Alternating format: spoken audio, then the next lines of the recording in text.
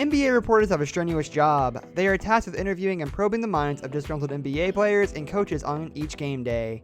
In many cases, players hold an obvious indifference for reporters, mainly because they feel like they have other important things to do than talk to reporters about ever-frivolous topics.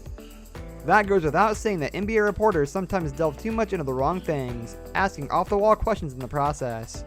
You don't believe me? Well, let's check out some of the dumbest questions asked by NBA reporters. What about the flood? Draymond Green is known as the Warriors' emotional leader. He is outspoken, rude, and always has continent-sized chip on his shoulder. This may have originated from him being selected in the second round, but it has led to negative consequences in his career. I don't even have to name them, but I will. Green essentially cost his team the 2016 NBA Finals by attempting to strike LeBron James in the crotch. He has constantly been involved in disputes with the referees and even a nude picture leak. That still doesn't stop Draymond Green from being the defensive anchor of the best team in the NBA, and the association's most versatile player and defender. Still, you would think that reporters would second guess trying to soundbite the reigning defensive player of the year. Guess not. In that particular question, Green went off on a reporter for comparing the Golden State Warriors situation to the disastrous floods happening in Houston. Green's volatile response was definitely warranted in this case, not only because the question was stupid and ill-advised, but because the reporter obviously tried to get a controversial statement from Green. The Warriors were the defending champions at the time. Draymond, here's an interesting question. So last year you visit us. Game 3, there's no flood, you win. Game 4, there was flood, you lose. And this year you visit us. Game 3, there's a flood, you win. Game 4, there's no flood, Game 3 there's flood, you lose. Game 4, there's no flood, you win. Brother, so you asked me about the flood in practice the other day, and I said I pray for the city of Houston because you don't want to see anyone go through that. And there were forces out there that tried to do everything they could to bring a negative light to the historic 73-9 team. In this scenario, it didn't work by a long shot, and it even cost the reporter his job for asking one of the dumbest questions in an NBA press conference. Good job, Draymond Green. At least until the 2016 NBA Finals. Will you be here for Game 7?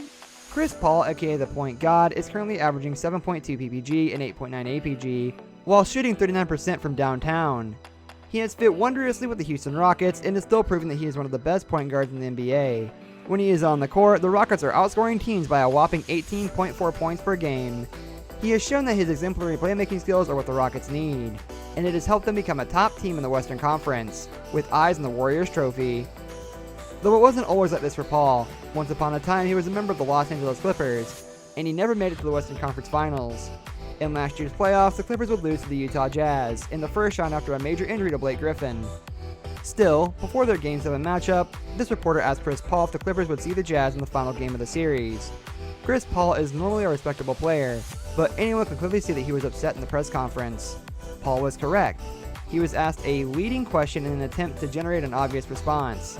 The question itself was dumb, but Paul's displeasure with the outcome of the series made him point it out in a comical way. Chris, will the Clippers be back here Sunday playing a Game 7? What? LeBron James, the father figure. What is Kyrie Irving known for? Is it his sick handles, his legendary game-winning shot over the Warriors, or his calm killer instinct? It's all of these things and more. Kyrie Irving is an exceptional talent.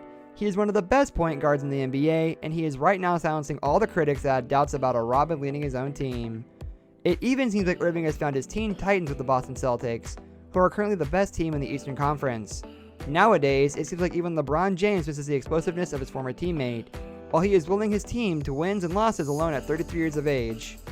Kyrie Irving seems to have made a great position, and it looks like he may just meet LeBron James in the Eastern Conference Finals. Unlike last year, the Boston Celtics may just have a chance. Let's get something straight. LeBron James is 33 years old. Kyrie Irving is 25. They are merely 8 years apart. So why was this question asked? It's true. LeBron James could be a mentor to Irving.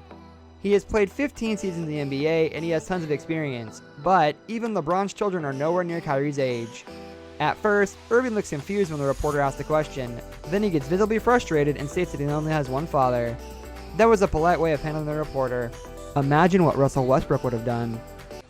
Tristan called LeBron a great father after the Chicago game.